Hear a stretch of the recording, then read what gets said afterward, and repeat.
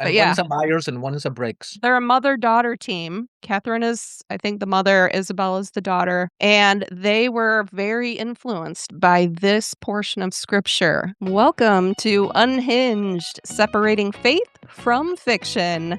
I'm your host, Michele Kus, and I'm joined by my co-host, the very normal Dr. Martin Trench. If you don't understand that reference, go read his social media posts. And today I'm going to be doing a short teaching on the Myers-Briggs for you. And I originally did this teaching inside Martin's school community for his Discover Your Life Purpose challenge. It was part of a series of videos, actually, that I did. The first one, I talked all about what makes you come alive, and we talked about the true self versus the false self. So if you want to check that out, click on that link right there. And then the second video in the series, we talked all about the acronym SHAPE, your spiritual gifts, your heart passions, your abilities, your personality type, your life experiences. And if you want to check that video, just click right there if you're watching on YouTube. So this is the third in the series on Myers-Briggs. So this is zooming in on the P of that SHAPE acronym, which is personality type. And I will tell you, if you're listening to the audio, I'm going to leave a link down in the show notes for you to check this out on YouTube, because I do have a pretty extensive slide deck that goes along with this teaching, and I wouldn't want you to miss that. So when you're done listening to the audio, then click on that link. Go find it in the show notes. Click on that link and watch it on YouTube, because I think you'll get a lot more out of it if you can actually see the slides that I'm referring to. And with that, let's get unhinged. All right, so let's talk about the Myers-Briggs here. The Myers-Briggs is a personality framework similar to the Enneagram or the StrengthsFinder or DISC, or the Big Five is another one. There's lots of them out there. What sets the Myers-Briggs apart, it's been around for a very long time, probably 80 plus years. It's been around since World War II, and it's based on the work of Carl Jung, who his stuff has been around for eons. So basically, this is helping people discover how they're wired, why that matters. And it's based on the work of Carl Jung. Carl Jung actually came up with the first three: extroversion, introversion, sensing, intuition, thinking, feeling. And it was actually Myers and Briggs who came up with the JP scale. We'll get all into all of that if you're not familiar with it. So they basically took the work of Carl Jung and expanded upon it. So this is Catherine Cook Briggs, who was an INFJ, by the way. Woohoo! And Isabel Briggs Myers, her daughter, who was an INFP. And the Myers-Briggs helps explain how people think, decide, and interact with the world. This is from my book, actually. Oh, right. Yeah. I mean, people should buy that just for the forward, I Just think. for the foreword, which was written by you. Fueled by their faith, determination, and quest for world peace. That was their Yeah. quest. They Yeah. compiled their extensive research into a manuscript. In 1980, Isabel Briggs Myers, along with her son Peter Myers, published the book Gifts Differing. The title of the book came from a portion of Romans 12, verse 6, having then gifts differing according to the grace that is given to us. So gifts differing is considered the definitive text on the Myers-Briggs type indicator. So yeah, straight from this verse right here, Romans Wow. 12. That is excellent. That is excellent. Mhm. And it's actually amazing how many things that are common and popular in the secular world Mhm. have Christian origins in some Oh, sense. yeah. And Is people will say, oh, the Myers-Briggs is just, that's just pop psychology, that's astrology, whatever. And it's like, well, this actually came straight out of Romans 12. This is, you can think of it like a rough pencil sketch. It's not going to tell you everything about you. Obviously, there's lots of nuance, lots of color, your life experiences, your spiritual gifts, your traumas, all those things play in, right? So this will give you a rough pencil sketch, but keep in mind that one INFJ is different from another. One INTJ is different from another, but they do share some significant things in common. So if you have the same four letters or even three similar letters, you're going to share a lot in common with that person. So just keep that in mind. So why personality matters? Why study this? It's interesting. And I got trained and certified in the Myers-Briggs in 1999. So it's been 27 years. It's been a minute. And it's still interesting to me. I think it's probably the same category as Martin would put victorious eschatology. Like, it feels like an old, like me and the MBTI feel like an old married couple at this point, because I've been talking about it for so long and writing about it and coaching people on it. But it's still interesting. And there are still people out there who've never heard of this, have never taken it. So I still teach on it. So, personality frameworks help us understand how people process information, how people can communicate more effectively, appreciate the differences in others, and align with our natural strengths. So, it's not just about you, it's also understanding the people around you and what makes them tick and maybe why they're ticking you off. So instead of asking what's wrong with me, we start asking how was I wired? So this MBTI will give you a good sense of how you're wired. So here's how it works if you're not familiar with it, which most people are, I think, by this point. But if you're not familiar, the MBTI measures preferences. It's not a test, so you can't like ace it. You can't, there's no right or wrong answer. So we don't call it a test. It's just an assessment of your preferences. And it has 4 preference pairs. And these are called dichotomies. And each person prefers one side of each preference pair. So you're going to fall on one side or the other in terms of your preferences. Now, it might be a very slight preference for something, or it might be a huge preference. But you do have a preference for one or the other, including extroversion and introversion. And these combine into 16 personality types. I will tell you that the four letters of your Myers-Briggs type is just a code. The real meat of the Myers-Briggs comes when we talk about cognitive functions, and I'll talk about that in a minute. So, for example, you have INFJ, ESTP, ENFP, ISTJ. These are examples of personality Myers-Briggs codes. And each type reflects a pattern of preferences. So these aren't your abilities. That's how it's different from the A in shape. That's your abilities, what you're good at. These are your preferences and how you interact with the world. I am still fighting my cold, so bear with me. First dichotomy is where you get your energy, and this has to do with extroversion and introversion. Extroversion, you are energized by the external world, the outer world of people, things, places. So you get energy from interaction. You often think and process out loud, process externally, right? So you're thinking your thoughts out here, probably with somebody else. Extroverts, by the way, they spelled this wrong. The traditional spelling is extra with an A, but they changed it to O so it matches introvert. I don't know. It seems kind of dumb to me. They're energized by spending time with others. They prefer larger groups of friends. They think out loud and they're outgoing and expressive in general. Not always, but most of the time. And then you have introversion. This is energy. They get energy from solitude, from being alone. They're energized by the internal world of thoughts, ideas, reflections, patterns, spotting, that kind of thing. So they think internally and they reflect before speaking. So whereas an extrovert might do their thinking out here in the external world, even if they're alone, they may need to talk something out in the external world. An introvert is going to sort of fully bake their idea in their head and then give it to you. So introverts really dislike being interrupted because they're not processing, usually not processing their thought out here with you in the external world. They've already processed it.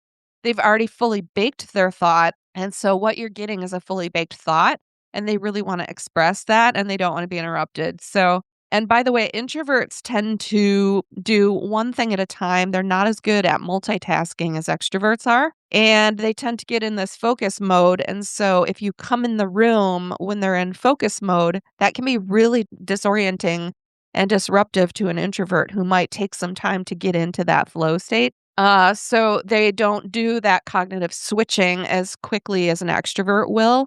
And extroverts actually use a different pathway in their brain for processing. It's a dopamine pathway. It's a shorter, physically shorter pathway in the brain. So it happens really quick. Versus an introvert will prefer using a pathway called the acetylcholine pathway in their brain for processing. Physically, it's a longer pathway, and that's why introverts will take longer sometimes to process their thoughts. Their Their thoughts are going physically through a longer pathway called the acetylcholine pathway.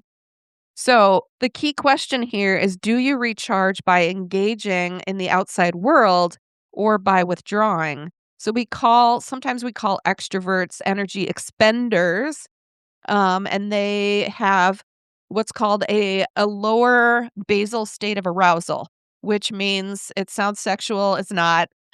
It just means that their brain is like more down here. It's less aroused, so to speak. And so you have to do things to get that basal state of arousal up. You have to talk to people, go see things, go places, interact. And introverts, in contrast, have a higher basal state of arousal. So just their normal everyday living, their brain is switched on a little bit more or a lot more than an extrovert's brain.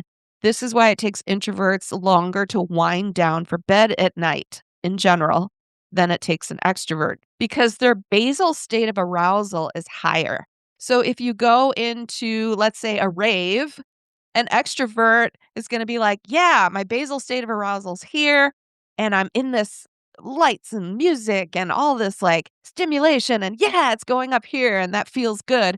And an introvert's already up here, and so it might be overstimulating to an introvert to be in that same environment. So introverts are prone to overstimulation. That whole conversation sounded sexual. I promise you it's not. Um, so introversion is not shyness. Introversion is you can get mentally and emotionally exhausted in long social interactions, but shyness, you are uneasy and anxious in social interactions. It's a form of social anxiety.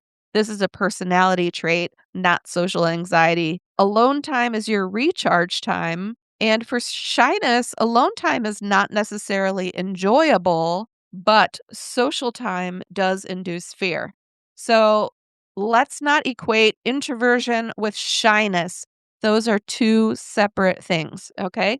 Dichotomy number 2, how you take in information. There are two preferences here, one for sensing. So sensing, we focus on the facts. We are practical, we are detail-oriented and present-focused or past-focused. Intuition focuses on patterns. It's like, I don't know how I know it, but in my gut, I know it. It is really hard to describe intuition, especially if you're not an intuitive. It just is. You just know. And it's because you have this kind of subconscious collection of thoughts and ideas and reflections that you are putting together in this like flash of insight. I don't know how to explain intuition. I've been doing this almost 30 years. Yeah. I sometimes think of that intuition as being a bit like AI. You know how, like, if you're in Chat GPT, you ask it a question, and in a split second, it has scanned the entire internet worldwide. And so I think that's what I feel like, that your intuition has, in half a second, scanned all the knowledge you have, all the experiences you have, everything else, and said, "Yeah, this is it." Mhm. But you're totally unaware of the whole process. Yeah, and you don't necessarily go through steps to get to that No. conclusion. You Oh, just I go from point yeah. A to Z. Yeah. Big picture thinking, conceptual, future focused, different from sensors. Sensors like facts, intuitives like ideas. Down to earth versus dreams. Practical versus theoretical. Make versus create. All right, even the words that you prefer are different. And there is a word section in the actual Myers-Briggs assessment, the one you pay for, the real one, where you just choose which word you like better, this or this, this or this, this or this. And it's really interesting what it reveals about you. Five senses versus imagination, trusted concrete experience versus vision, and past and present versus future. So the question here is, do you prefer facts or possibilities? Moving right along to dichotomy 3, this is how you make decisions. We have thinkers and feelers on this one. Thinking, and by the way, thinkers can feel, feelers can think. Good? Yeah. So thinkers prefer logical analysis. They're going to step out of the situation and evaluate it from an objective point of view. Logical analysis, objective decision making, they prioritize fairness and consistency. Feelers step into the situation and evaluate it subjectively according to their values. So they have an emphasis on values and relationships, harmony, consider the impact on people, so extenuating circumstances. They might not make the best judges because of that, like if you're sitting on the bench and that kind of thing. And they will prioritize harmony and authenticity, actually. So the words, we have thinkers and feelers, logic versus values, objective versus personal, frankness versus tactfulness. This is reminding me of some of Martin's social media posts. Truth versus love, justice versus mercy, critique versus praise, and task oriented versus people oriented. Critique is an interesting one because thinkers think of the word critique in a positive way, like, give me a critique of this. I need your critique. Or even the word critical, they don't have a negative connotation of that word versus a lot of feelers do. They think the word critique or critical is a negative thing. The key question here is, do you decide, forgot to make that bold, do you decide primarily with logic or values? And again, thinkers, it's not like they're cut off from their emotions or anything like that. They just evaluate. This is a decision-making preference, and they evaluate from an objective point of view versus feelers. Feelers can still think, right? We can still use our critical thinking skills, but this is how we make decisions out of our values, harmony, authenticity, that kind of thing. And we have the fourth dichotomy. This is how you approach life. So how you kind of orient yourself in the world. Judging. Judgers like this has nothing to do with being judgmental, okay? This is just a psychological term. So judgers like things structured, they like to plan ahead, they prefer closure and organization, and perceivers, so they're going to approach a task they're going to see the deadline and they're going to approach the task maybe step by step because the approaching deadline for a judger creates stress, negative stress. Okay, so they're going to they're more likely to plan out their steps step by step so they get there in a timely fashion so they're not rushed at the deadline. Perceivers, on the other hand, are more flexible, more adaptable. They prefer openness and spontaneity. So you have closure versus openness, decision versus options, scheduled versus spontaneous, organized versus disorganized. Sorry. Plan versus experience, control versus flexible, and now versus later. There might be words in there that you don't like. Too bad. I mean, judgers do like to control their outside environment. This is how you interact with the outside world. So if your outside environment out here is very chaotic, that's going to disturb a J. Probably not as much a perceiver. You can kind of tell by the state of your desk, your car, your office, if you're working with a J or a P. It just is. P does not mean procrastinator. A lot of people think that means procrastinator. It does not mean procrastinator. It also doesn't mean perceptive. It's perceiver is just somebody who is more emergent in their approach to life. And the way that they approach tasks is differently. So if you have the deadline out here, a perceiver is going to spend a lot more time information gathering at the beginning of the process, and they're going to get a creative burst right before the deadline. So the looming deadline creates positive stress, and they get some of their best work done right before the deadline in that creative burst, which would make a J probably a lot more stressed out than a perceiver. Again, I keep forgetting to bold. Do you prefer structure and closure? Do you like to have things on your calendar, scheduled, planned? When you have a checklist, do you like going to check things off your list? Does that give you a lot of, internal satisfaction to check things off your list? You might be a J. But if you like more flexibility, if you're more energized by starting projects, you might be a perceiver. If you get more energized by finishing a project and checking it off your list, you might be a judger. And one is not better than the other, but I will tell you, J's are better. No, I'm just joking.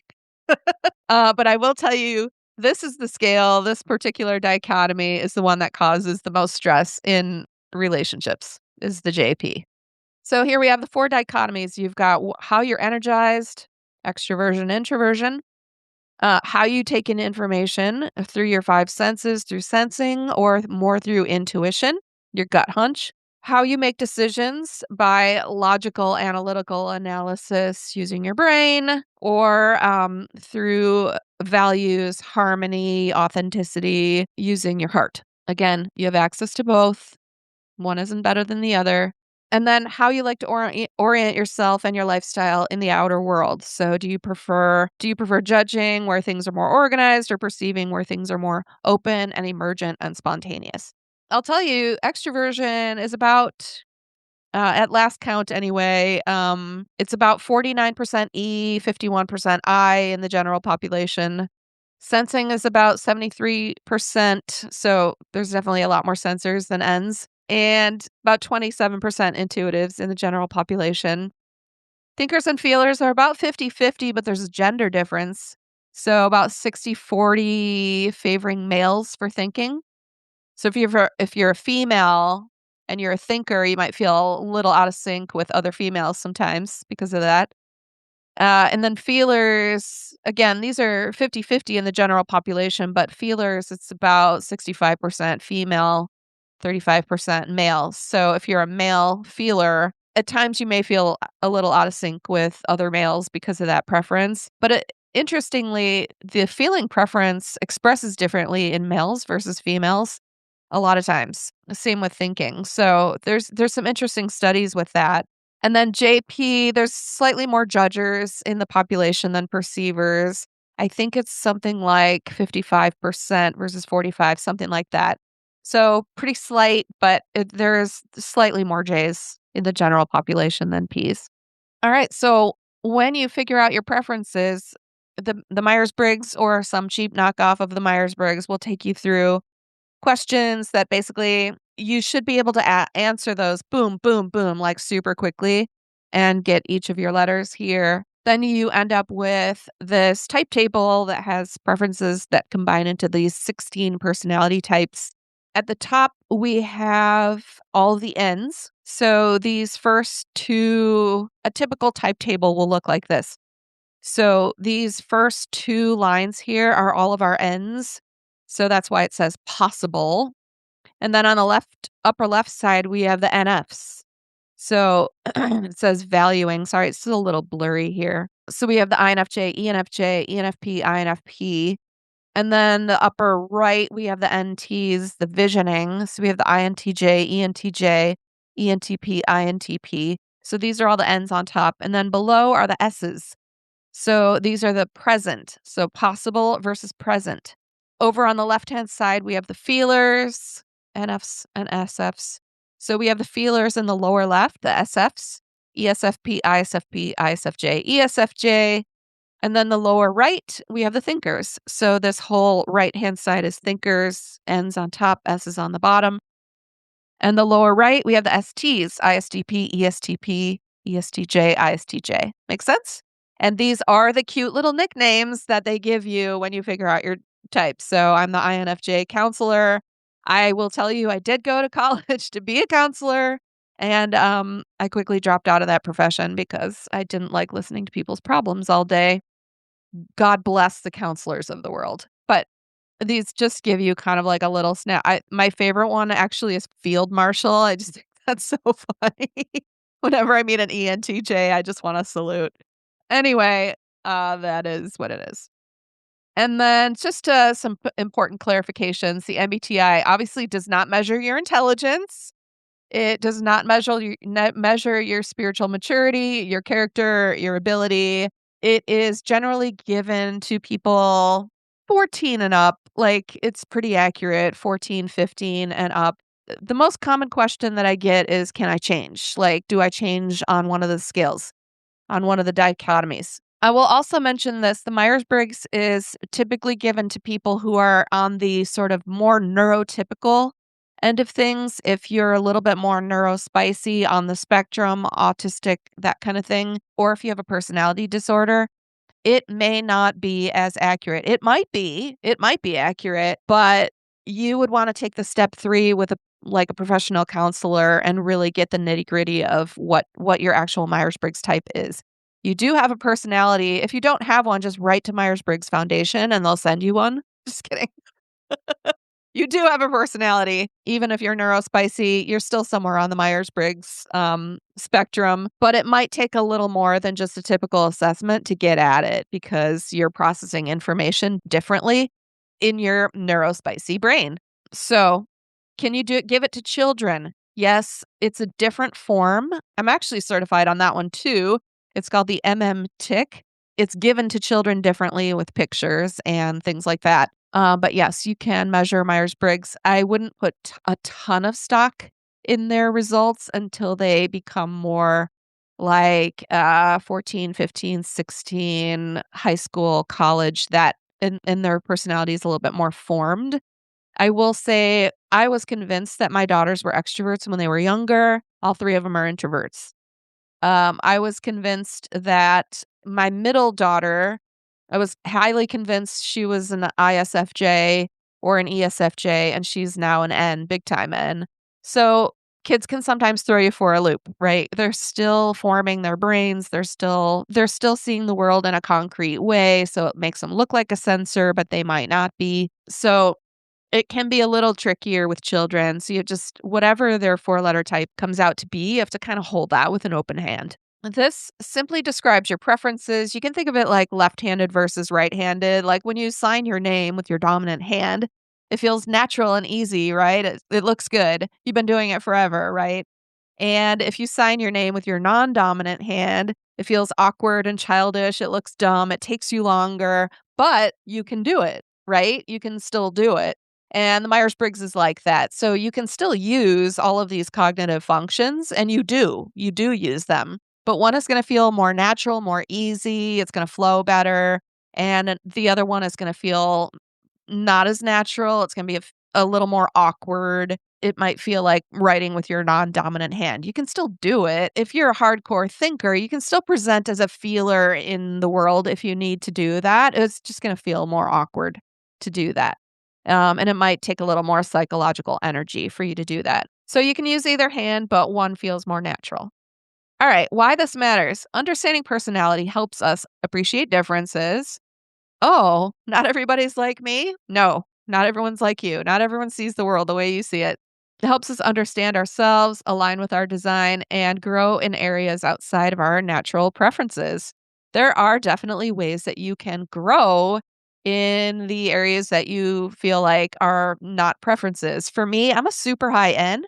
And I do things intentionally to kind of work that sensing muscle because otherwise if I'm too much in my head and too much in my end zone, I will like bump into tables and like not be aware of myself spatially and that kind of thing. So I do like somatic practices in my spiritual formation and, I'm very body aware when I am in my, like, spiritual practices. I work out. I don't anymore, but I used to power lift. That was just a way for me to be very in my body and get out of my head a little bit as an introverted intuitive. Cooking is another one. You can grow that sensing function, through cooking.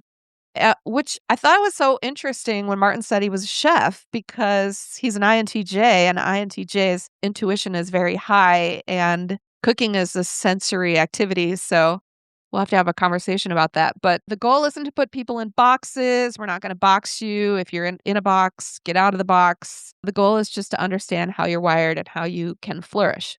So that's an overview of the very basic Myers-Briggs framework. Like I said, the 4 letters is just a code.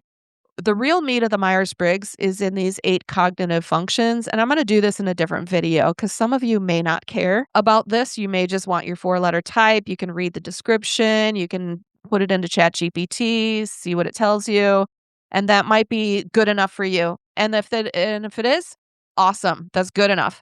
If you want to dig deeper, these 8 cognitive functions are where the meat is at. This is what sets Myers-Briggs apart from all the other frameworks. I'll give you a quick overview of this, 2-minute overview, and then I'll go into it deeper in another video. But basically, if you think of your brain like a car, in the car, you have the driver, you have the passenger, and then you have 2 kids in the back seat. The driver is your primary cognitive function. The passenger is your secondary cognitive function, the co-pilot. And then your third and fourth are the 2 kids in the back seat. And this, once you know these cognitive functions, it can really give you a lot of revelation on your shadow, why you feel like your brain is tricking you sometimes, and things like that. The 4 dichotomies have an interplay. So you have the 2 in the middle, sensing and intuition, thinking and feeling. These are how you perceive information and make decisions. But each of those can be extroverted and introverted. So you can extrovert sensing and introvert sensing. You can extrovert intuition and introvert intuition. And they have certain labels, N-I, N-E, S-I-S-E. Same with thinking. So you can extrovert your thinking or introvert your thinking. You can extrovert your feeling or introvert your feeling. And they're T-E-T-I, F-E-F-I, just like it looks on here. And these operate differently. So, for example, extroverting feeling. If you're high in extroverting feeling, like your ESFJ, ENFJ, okay, that's top right here. ESFJ, extroverting feeling. And if you're ENFJ over here, extroverting feeling is in the driver's seat. You are using your feeling function in the external world, promoting harmony, hospitality, making people feel welcome, smiling, hugging. This cognitive function can also put you at risk for putting other people before yourself, if you're extroverting feeling. It's very different than if you're introverting feeling. Now, who has super high introverting feeling? ISFPs. Introverted feeling is in the driver's seat. Also, INFPs. One of my daughters is an INFP. Introverted feeling operates very differently than extroverted feeling because you're using your feeling function in the internal world. So this has more to do with, what are my values? Am I aligned with my values? Am I being authentic to myself? This has to do with integrity, being integrated with yourself. I'll go more in depth into that in another video, but that's just a little teaser. All right, I'm going to stop sharing my screen. Hopefully that was helpful to you and quick and easy. There's obviously a lot more depth to it, and I go into a lot more depth in my book. Not a ton more depth, honestly. If you're brand new to the Myers-Briggs, hopefully this video was super helpful, and I'll see you on the next one. Well, I hope you enjoyed that short little overview of the Myers-Briggs. And if you want to go deeper with me, you can do that inside of my school community called New Creation Academy. There's a link for that down in the video description or the show notes. If you missed the first 2 videos in this series and you want to catch those, I'll leave a link for the playlist. There's actually a playlist on the Unhinged YouTube channel with all of the videos in this series, so you can check that out. And if you want to jump into Martin's school community, all of the videos from the entire Discover Your Life Purpose Challenge are still up. You can watch them anytime and binge all of his courses in there as well. Everything's free with your membership. I will leave a link for that in the description as well. Thanks for joining us today. We'll see you again on the next one. No, there's a meme that has INTJ and it's got like, this is my happy face. This is my excited face. No, that's just my resting bitch face. Brilliantly you, or we made a pun on it in a previous podcast. I can't remember what. Boringly everybody else. That was boringly everybody else. Yeah. I redesigned my book cover for that. Did you see that? I saw it. You can either be brilliantly you or you can be boringly everybody else.